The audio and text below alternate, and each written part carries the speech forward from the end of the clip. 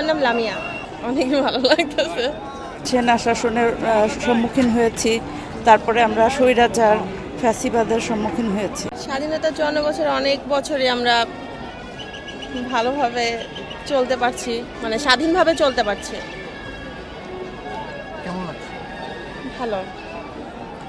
ভবিষ্যতে আরো কোনো কিছু ভালো আশা করি। কেমন বলতে কি, আমরা চলাচলের ক্ষেত্রে আমরা যেভাবেই মানে চলাচলই করি না কেন, স্বাধীনভাবে চলাফেরার চিন্তা ভাবনা করছি। এখনো আমরা কাঙ্ক্ষিত স্বপ্ন পাইনি, স্বপ্ন পূরণের লক্ষ্যে সবাই কাজ করছে।